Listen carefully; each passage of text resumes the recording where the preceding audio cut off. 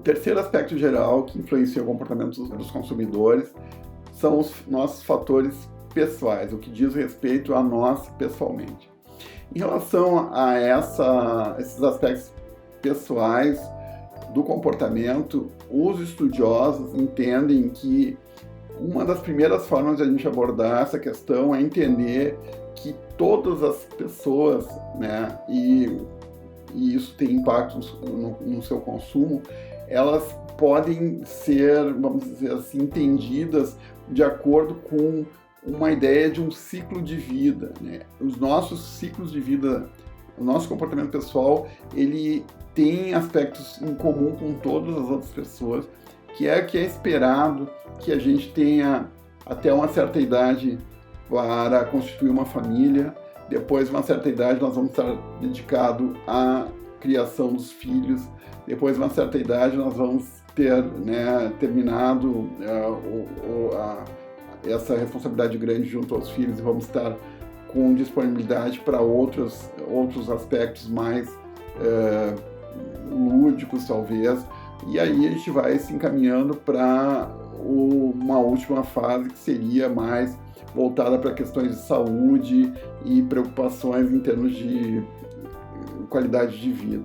Então, é da natureza humana também, da nossa natureza dessa vida, de ter essas fases e preocupações específicas, e é claro que os profissionais de marketing se valem desse conhecimento, se valem desse modelo, vamos dizer assim, de desenvolvimento humano, para entender as necessidades específicas de cada uma dessas fases do ciclo de vida, e vai apresentar suas ofertas, e vai desenhar sua comunicação, e vai planejar suas ações de marketing, levando em conta que existe uma tendência das pessoas terem demandas, necessidades e desejos específicos para cada uma dessas fases.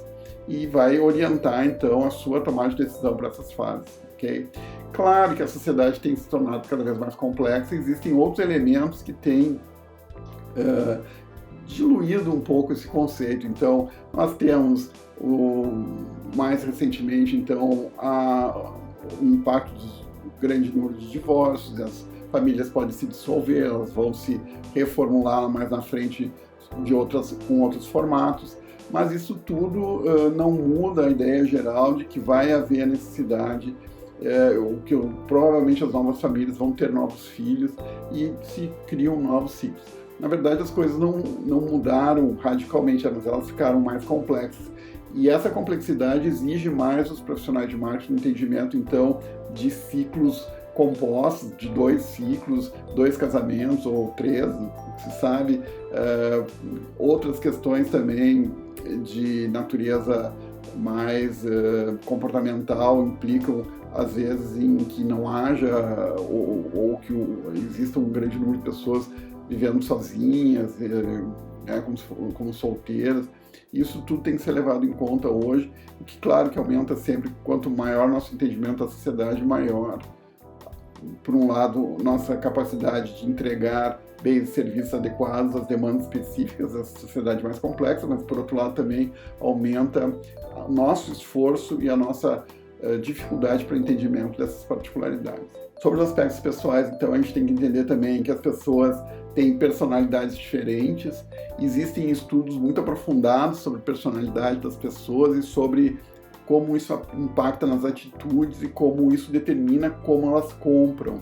Existem, inclusive, claro, críticas, de novo, sobre como as empresas têm usado informações de consumidores para entender profundamente esses aspectos de personalidade e desenhar ações de marketing específica voltada para os grupos mais vulneráveis à influência. Isso acontece não só no marketing comercial, vamos dizer assim, de venda de produtos e serviços, mas também no marketing político. Houve escândalos, inclusive tem no seriados, vocês podem acessar na Netflix, explicando como aconteceram essas relações e impacto de empresas fortes aí na área de mídia social com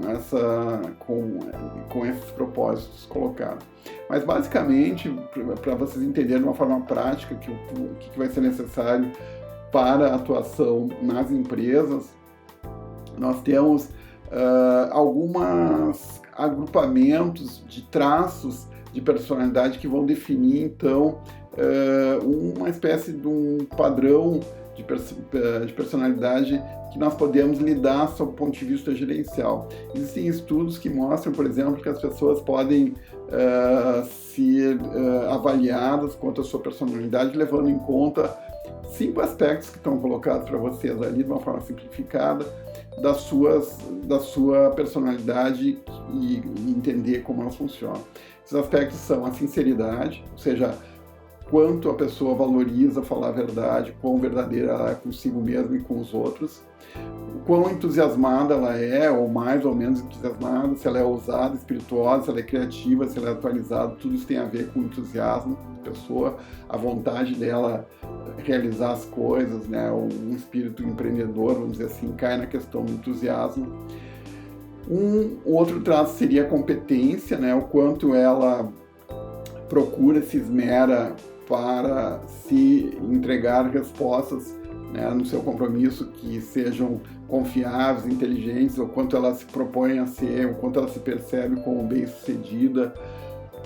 Um quarto aspecto seria a sofisticação, que envolve essa parte de tanto sofisticação em termos de consumo de bens, produtos mais sofisticados, como também sofisticação no trato social, ela se colocar como charmosa, como simpática, como agradável às outras pessoas. E, por último, a sua capacidade de resiliência, né, que é chamada ali de robustez, se ela tem espírito aventureiro, se ela é vigorosa, se ela é resiliente, então tudo isso cai na capacidade de robustez. Essas traços de personalidade podem ser usados para entender melhor os consumidores e talvez criar grupos de consumidores com atitudes semelhantes a determinados produtos ou distinguir consumidores que estariam mais propensos, por exemplo, a novos produtos ou a novas categorias de produtos. Isso ajuda a gente a entender, então, como entrar em novos mercados quando a gente tem esses desafios de marketing. E, por último, existe o conceito de estilo de vida. O estilo de vida é um padrão, né, padrão de vida que a pessoa tem, que é expresso pelas atividades que ela tem nessa vida, pelos interesses e pelas opiniões que ela tem. Então, é uma ideia de que a pessoa tenha, dentro desse estilo de vida, uma certa lógica, um entendimento do que ela se propõe a fazer. Então, aqui o livro dá que as pessoas podem ter um estilo de vida mais voltado para consumo de produtos de tecnologia, então as empresas podem entender essas pessoas que têm esse estilo de vida de alta tecnologia como os primeiros compradores de novas versões de novos produtos tecnológicos, outras com estilo de vida mais voltados, vamos dizer, para a preservação da natureza, integração com a natureza, vão ser prováveis compradores, consumidores de produtos de camping, de viagens, outras pessoas que têm um estilo de vida mais voltado para eventos sociais e aspectos sociais, vão ser consumidores, às vezes, de bebidas, de culinária de alto padrão, e assim a gente vai usando, então, o estilo de vida para tentar entender melhor os grupos de consumidores que nós temos e como nós podemos pensar em ações de marketing que façam sentido dentro desse contexto de estilo de vida.